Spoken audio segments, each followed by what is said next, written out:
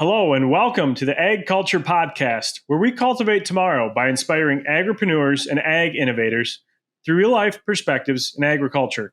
I'm Paul Windemuller, your host on this journey of exploration and growth. Today's episode, I'm really excited to share an interview that I did with somebody that's probably pretty well known to you if you've studied at all about regenerative agriculture in the U.S. He's been around in the regenerative agriculture arena since 2006, when he started Advancing Eco Ag, his consulting business in regenerative agriculture. He also is the host of the Regenerative Agriculture Podcast. That is none other than John Kempf. And today we'll be talking about his journey in regenerative agriculture, his philosophy, and things that he's seen along the way as he's advanced over almost an 18-year career pursuing practices and helping farmers around the country and now around the world practice and adopt regenerative agriculture in their systems. So this interview went pretty long, so I'm breaking this into a two-part segment. This episode will focus more on the beginning of John's journey and some philosophies that he has around regenerative agriculture. And listen next week as we dive deeper into his business philosophy, some of the things that he learned through developing his business along the way, and what he has coming into the future. So this will be a two-part segment. This segment, I learned a lot about just thinking differently on the perspective of global agriculture, the food systems that have been developed, and where we're at today and where we're going in the future. So listen up. I hope you enjoy this interview with John Kempf. There's also one more thing I just wanted you to note. If you're watching this on YouTube, we will not have video recording. John is from an Amish community, and out of respect for John and his beliefs and his community, we did not record the video version of this. So I just wanted to make you aware of that before getting into this interview.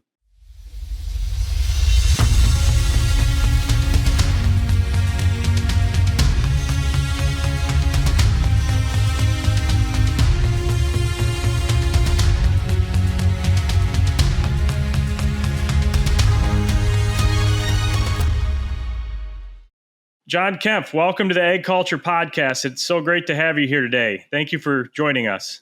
Thanks for the invitation, Paul. Looking forward to this conversation. Yeah, I am too. It's going to be interesting. I've listened to a lot of your podcasts over the years.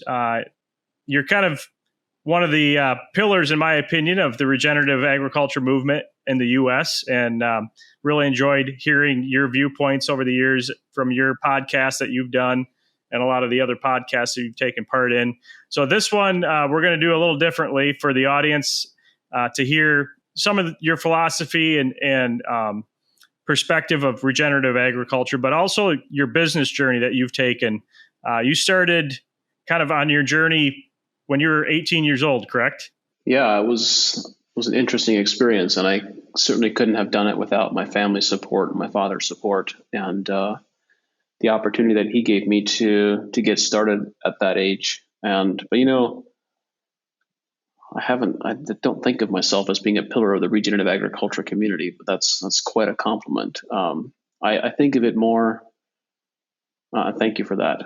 I think of it more as every one of us has gifts that we've all been granted various talents and gifts, and when we're here to bring those gifts to the world, and when we exercise them, the more that we exercise them and work with them and utilize them, then other gifts develop as well. And so sometimes people they give me compliments that make me a little bit uncomfortable. They're so amazed at how my mind works and my ability to synthesize complex concepts down into very understandable explanations. And while I appreciate the gratitude, I think we all do. We all need some level of appreciation and recognition and support from the people around us. There is a sense that I'm only doing what I am here to do. Like I'm only, it would be a squandering or a waste of a talent for me to not do the work that I'm doing. And it would therefore be irresponsible. And so I don't really deserve any more credit. That my work is perhaps slightly higher profile than some, but I don't really deserve any other level of credit, an additional level of credit, than for people who are doing work that appears to be much more mundane or less high profile, but is equally valuable and necessary. Anyway, lost sight of your original question there. My apologies. But I think, I grew up on a family fruit and vegetable farm. My father also had a regional inputs distribution business for fruit and vegetable growers. So plastic mulch, drip irrigation, equipments, sprayers, transplanters, seeds, fertilizers, equipment, the list goes on, and also pesticides. And so it was really under the umbrella of that business that I was able to incubate advancing eco-agriculture when I was 18. And then when I turned 21, there was kind of this existing business that my father had incubated inside his business that I wasn't able to take on and to continue on with. And that was the genesis of how AEA got started from a business and entrepreneurial perspective. And at that point in your career, at the beginning there, nobody really understood the term or heard the term regenerative agriculture, right? That was kind of something that hadn't even taken place yet. It was not a word that you heard, that's for sure.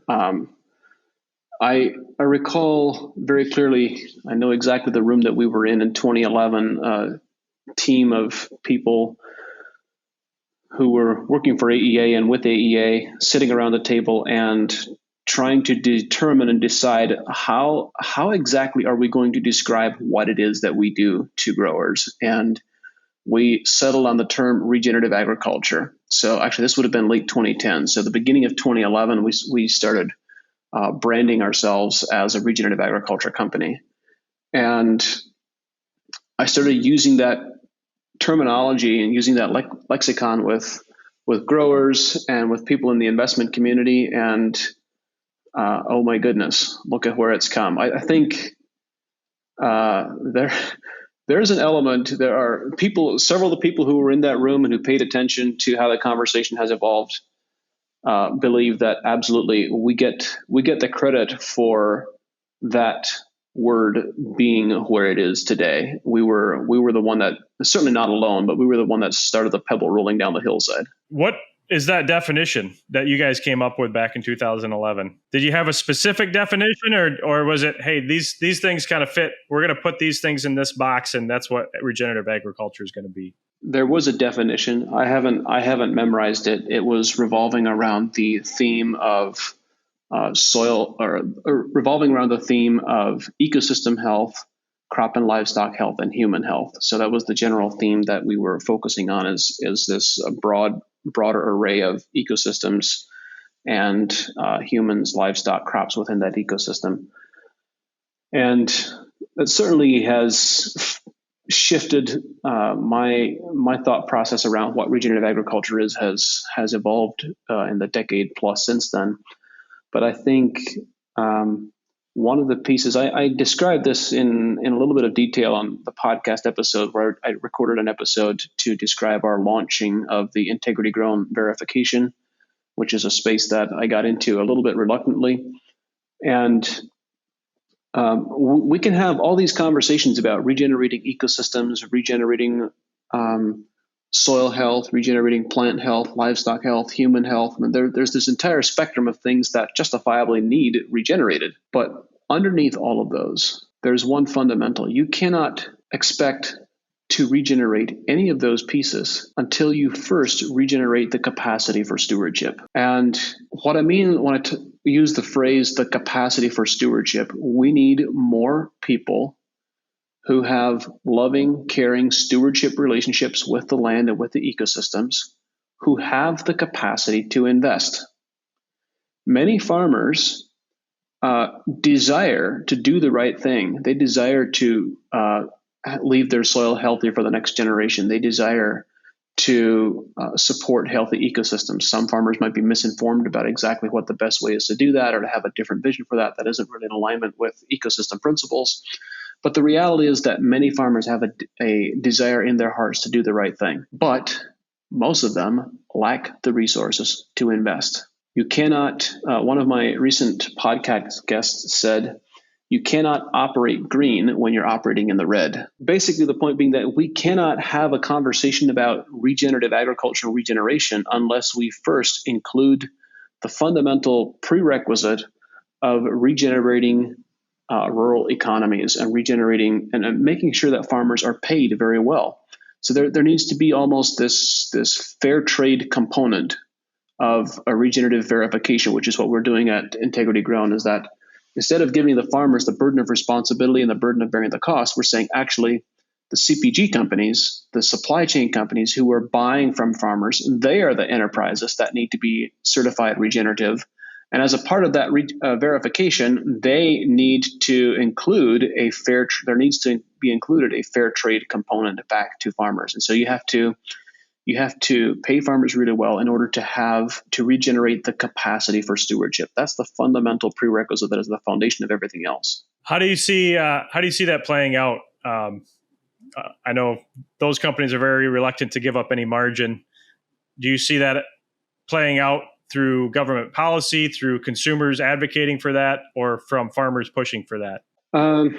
Well, it's still very early days, so it'll be interesting to see how things evolve. We live in a very dynamic political environment, and policy could certainly accelerate it or stymie it altogether, or largely stymie it. But what is happening right now is that smaller independent CPG companies are stepping up, and they are saying, yes, we want to do this. We want to support farmers, and they are putting their wallets where their mouth is. They are making those commitments. So, for example, here we have two groups that come to mind immediately are Farmer Focus, the chicken cooperative operation from Virginia, Citizens of Humanity, cotton production. And others are stepping forward as well. And what will happen? Yes, it's starting small. This is a drop in a bucket compared to the agricultural industry as a whole. But they are the seeds of change that I expect inside the next decade will exert significant pressure and influence. The reality is, I've now been in this regenerative agriculture space for 15 years, 18 years almost now. Wow. And so looking back over that trajectory of time, I'm able to see that small things, when we just look at regenerative agriculture, that term didn't exist in 2010 in the popular parlance. And today, it's really having its moment in the sun. It took a decade, a little bit longer than a decade. And so when you have these companies that are making, the interesting Farmers Focus is actually an interesting example. They are making a commitment to pay their farmers very well. And they are owned by farmers, managed and operated by farmers. And their sales have continued to increase at a time when the market they are in is softening, which means they speak to consumers. And that is with a premium price point that is paying farmers a premium. And it's not on a small scale. They're processing 600,000 chickens a week and growing rapidly. So there are many innovative pioneers in the space who are stepping forward. And by their very presence and by the way that the business practices that they are engaging in, they're going to force other people to change the way that they show up. And that's been happening with Farmer Focus, where as a result of them rewarding and paying farmers really well, other vertically integrated chicken operators have had no choice except to change their pay schedules and to change the way that they're managing their relationships with growers as a result of their presence in the marketplace. And that's a really exciting space to be in. Yeah. Do you see that change being harder on the input supplier end than you do on the CPG end? No, the opposite. You think that's going to be easier? I think it'll be, well, let's go back. Can you clarify your question? I may have misunderstood. In your perspective, to change the overall system that's been built really since World War II of how farm products have been produced, do you see the retail, the customer brands side harder to change than what you see the retail input supplier side changing, like the fertilizer companies, the chemical company, that whole realm of the industry in the supply chain? You ask such a question. I don't want to overgeneralize this because I think really understanding the dynamics that are at play here is important. First of all, I'm of the persuasion that there is not significant that the products that appear on the grocery store shelf are frequently not driven by consumer demand, but they're driven by convenience for the CPG companies, by the processors, distributors, etc. And my view is perhaps at least partially reflective of my deep experience in the fruit and vegetable supply space.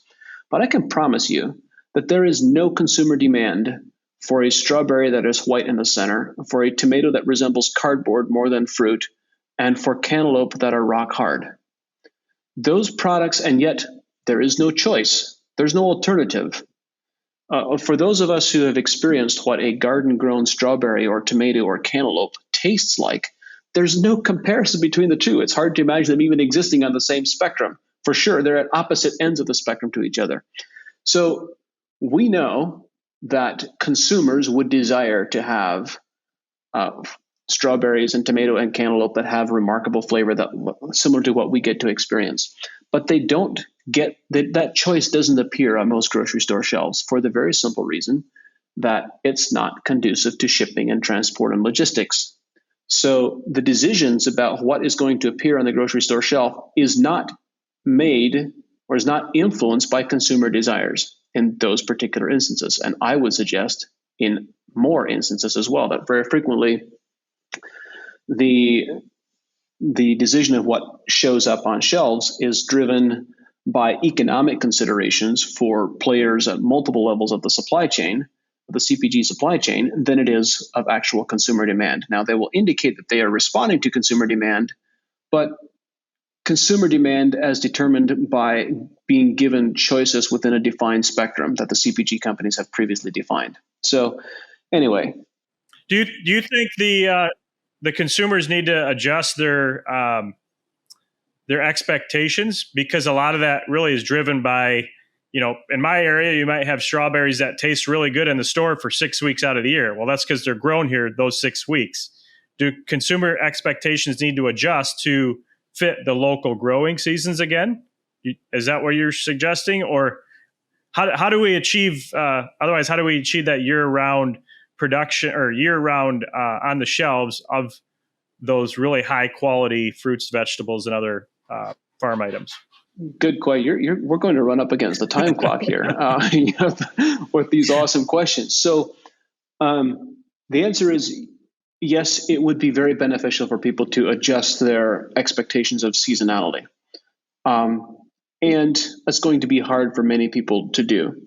So I want to give, I'm going to leave that answer for the moment and not elaborate on that. Instead, I want to offer a perspective that is less familiar or less common. And that is, there are two ways of producing fruit that ship and store very well.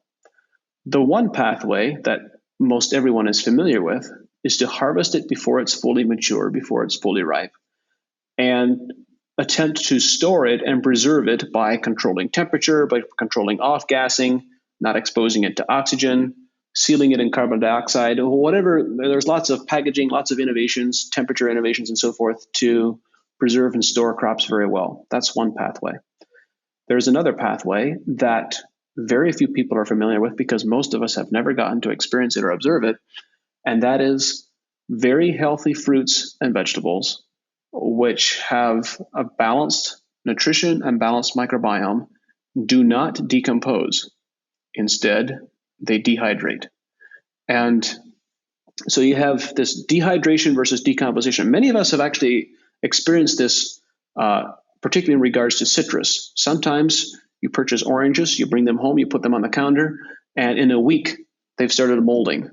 And other times, you'll bring home mandarins or some other oranges or citrus, and they can be on the shelf or on the countertop for 6 to 8 weeks, and they shrivel up and they dehydrate and they dry out, but they don't mold. They never mold. What's the difference between the two? Yeah, they never mold. That is the difference between dehydration versus decomposition. And I have, as an experiment, it was an unintended experiment from a friend of mine who broke her leg and wasn't able to pay close attention to her refrigerator for a time. We have had healthy lettuce stored in a refrigerator for 150 days with no visible decomposition. And then we've had tomatoes that were harvested in the fall at the end of the season, and we deliberately tried to see how far we could take them. They were stored at room temperature with no decomposition for 180 days. Now, they were dehydrated, they were shriveled up at that point, but there was no decomposition. My point being that if we were to focus on producing fruits and vegetables that had this superior nutritional integrity and microbiome integrity, you can actually harvest fruit that is very firm and has the storability and shippability characteristics that we're looking for, that isn't going to decompose, that isn't going to rot. And you greatly reduce the food waste throughout that entire supply chain, from the processing facility or packing facility all the way through to the refrigerator until it's finally consumed. So that's I wanted to focus on that aspect because it's the aspect that is least familiar with people of what the opportunities and the possibilities really are. Oh, that's great perspective. So we've kind of lost sight. You asked me about the question of where is the biggest change going to come? What will be the easiest to change? And I think on the is it on the input supplier side, or is it on the consumer side, or the retailer side? Well, the input, the farming inputs, fertilizers, pesticides, and so forth, I think they are going to be there are significant cash incentives for them, monetary and economic incentives for them to promote the use of pesticides as long as possible, and as much as possible, because that is where their margins are. That's where the greatest economic drivers are for their business models. So they are not going to go peacefully into that good night, as you might say, in that regards. But on the other hand, they do also respond to grower requests, and they do respond. They ultimately, they are the supplier and the farmer is the customer. So the farmer has more of a direct and immediate influence over that aspect than they do over the retailer or the food supply chain side. And what has been interesting, one of the growers that we've been working with for a while, I became quite certain that if we significantly elevated the boron levels in his soil, then his insect pressure would significantly decrease. And so he did that experiment, and he's farming on a very significant scale. So with his local supplier, he is now purchasing boron by the semi-load, and his pesticide bill has gone down to zero. And of course, the supplier doesn't particularly like that because his margins are a lot less. But on the other hand, he still has a customer, and he wouldn't have a customer if he wasn't selling them boron. Another example that I saw, I was in Brazil about 2 months ago, and was talking to the owner of a very, very large farm. They would do plots and trials of 10,000 acres. That's how big this farm was. And he has adopted on their operation a lot of regenerative agricultural practices, switching over to a lot more biologicals rather than chemical pesticides. And we asked him, "But what's your philosophy behind that? Is it because you want to do better for the environment? Do you have a philosophy that's driving it that's outside of profitability of the farm?" And he says, honestly, it's purely profit driven. If you do the numbers and you can be effective with it, it makes me more money, and that's why I'm doing it. And the large input supplier companies are really not happy with him because of the success that he's having implementing those things and being more profitable with buying much less material from them.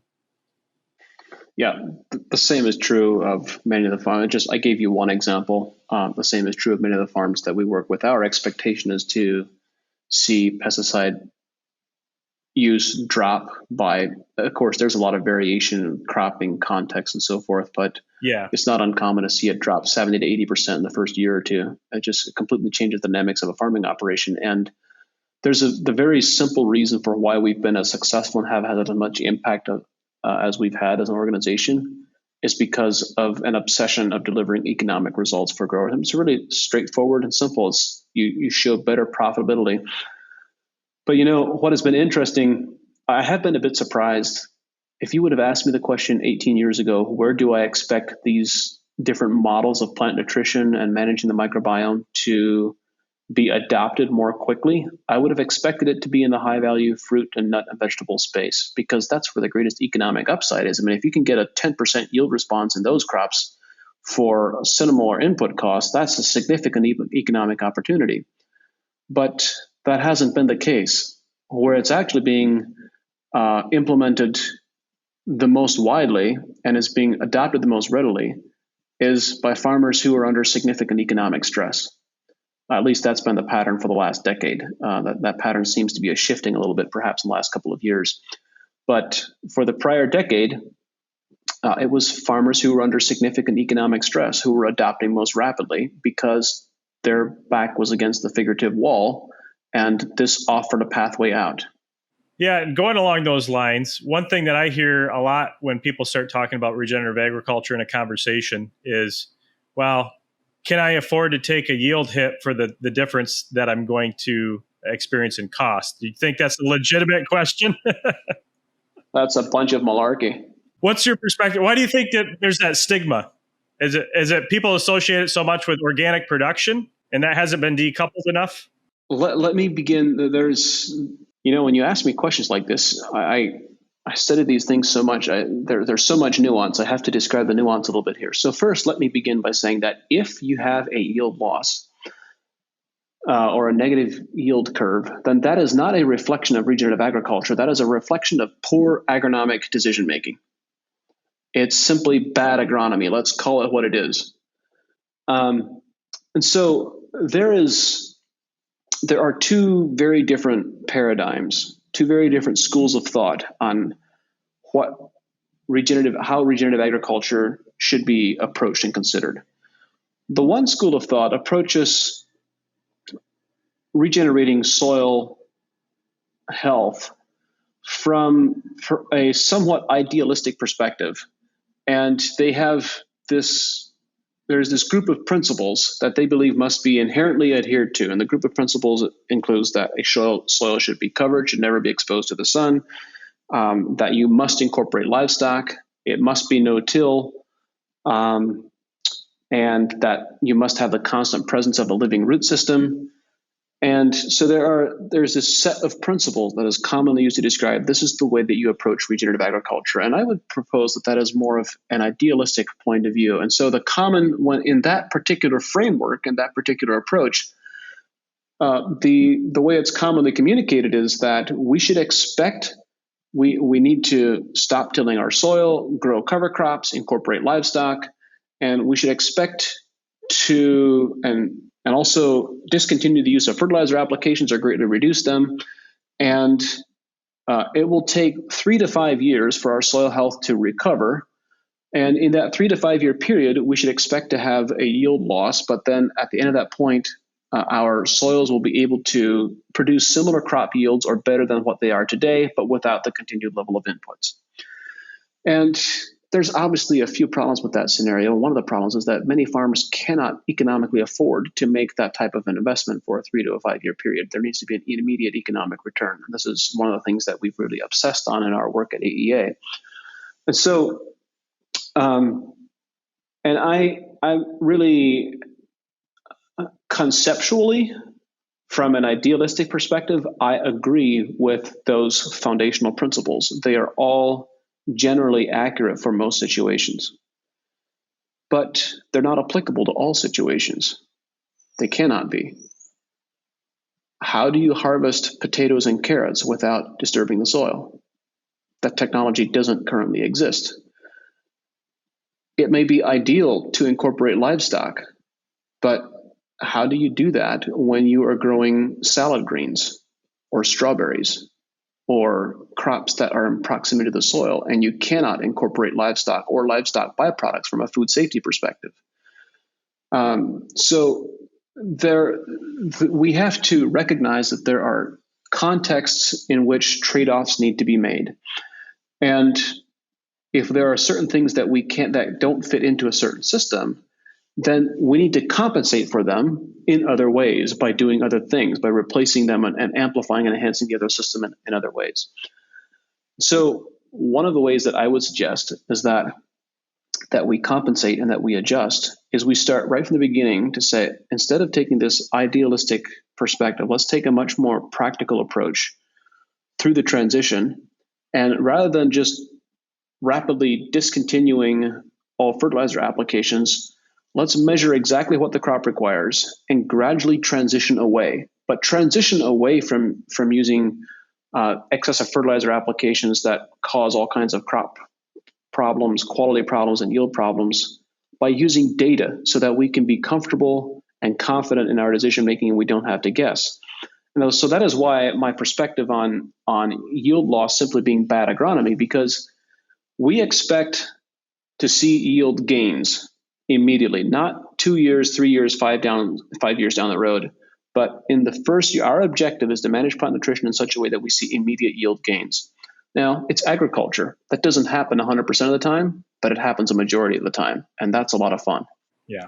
John, you mentioned the use of data in making decisions to be able to create greater yield right off the bat. Are the metrics that you use in regenerative agriculture the exact same ones that you would in conventional agricultural systems, or are there other metrics that you really focus on in order to drive the results that you're looking for?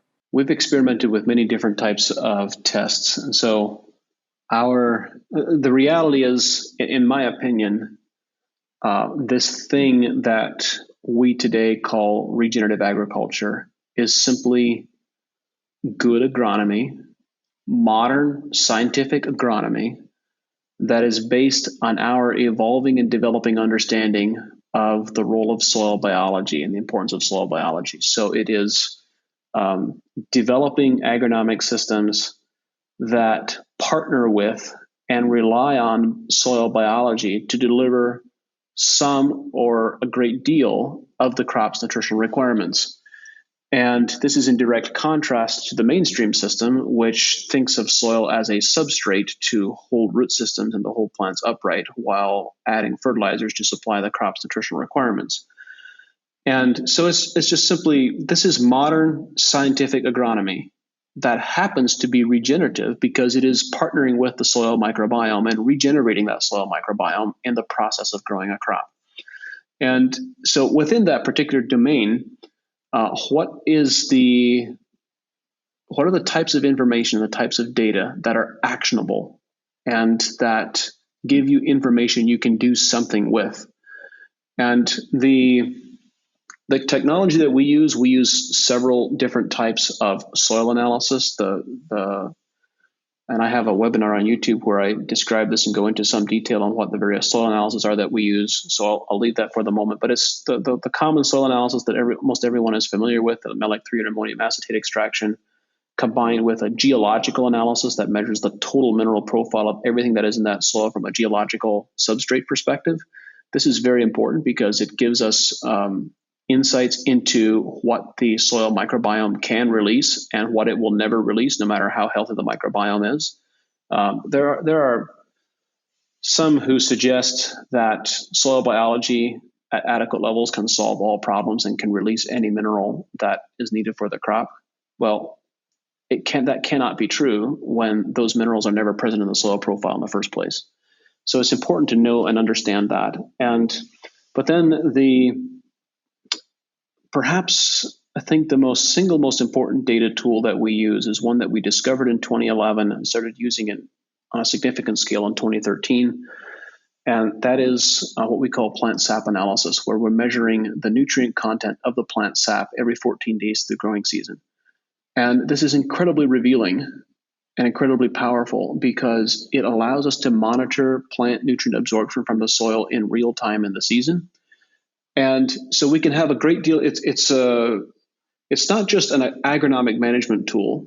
It's also a psychological reassurance tool, a confidence tool, where many times we've worked with growers and we've said, all right, your soil biology is developing aggressively. And we believe it has the capacity to deliver a great deal, perhaps all, of a crop's nitrogen requirements. And so our recommendation, you have the setup, whether it's irrigation or some type of application equipment, you have the ability to side dress or apply nitrogen later. So our recommendation is let's apply only a minimal amount of nitrogen at planting, 10 pounds, 20 pounds per acre, no more than that. And let's wait to apply any more until the crop tells us that it needs it with the plant sap analysis data. The beauty of plant sap analysis is that it's so sensitive and so accurate that you can see nutrient deficiencies 3 to 4 weeks earlier than you can with a tissue analysis. So you have plenty of time to put something on before it's ever a problem. And I can't begin to describe how many farmers start the season with let's say they're growing a corn crop and they start the season with 10 pounds per acre of N, and they get through week by week. They're at V6, and now we're at V8, now we're at V10, now we're tasseling, now we're at the R1 stage. Every 2 weeks, the corn leaves and the crop tells us that it still has abundant or even excessive levels of nitrogen, and they never applied more than the 10 pounds at the beginning. That is such a common story. That's a very exciting story, but so that is why I believe managing based on data is so important. You eliminate the guesswork. Just eliminate the guesswork, and by eliminating the guesswork, that is what gives you and gives us as a company the confidence and the reassurance to be able to say, we are managing the agronomy so that we can avoid having a yield drag or a yield loss during regenerative transition, and we expect to see the opposite. Now, it's agriculture. Sometimes you have drought stress or water stress at critical periods. It's never perfect, but we have a reputation of not having the expectation of yield losses in the first couple of years of transition. So we've talked a lot about crops, fruits and vegetables. So I'm a dairy farmer. Other livestock producers, that's their main focus. How does that play into? Is there a different philosophy that you use in a livestock operation when your main focus is producing a milk or producing beef versus producing just a crop? No, it's exactly the same. It's exactly the same. I have a question for you. Yeah. And on your dairy, where are the sources, and I'm talking about within the plant, inside a plant, what are the different components that dairy cows get energy from a macro perspective? Like you're talking about starch? Starches would be one example, yep. Proteins. I mean, those are the two that we usually always balance for. Fiber. Yep. Starches, fibers, proteins, carbohydrates generally. Carbohydrates, yep. You know the one group of compounds that are almost never considered when balancing dairy rations? Fats. For the very good reason. That has been changing. Yeah, good. We've been doing a lot more of that. Probably in the last 8 or 9 months, we've really been focusing on that. All right. Where are the fat levels in your forages and in the feedstocks that you're producing? They're very similar to what we're producing in the milk. Can you give me some ballparks? 2%, 3%? 4 to 4.5. Okay. Awesome. First of all, that's exceptional already. Depending, of course, on which forages and what it is that you're producing. Right. It's not difficult. So the baseline for many plants is somewhere in the neighborhood of about 2.5 to 3%, and that is as low as they will ever go, because that's the minimum level of fats they need to form the phospholipid dual cell membranes. And when plants become really healthy, the level of fats increase.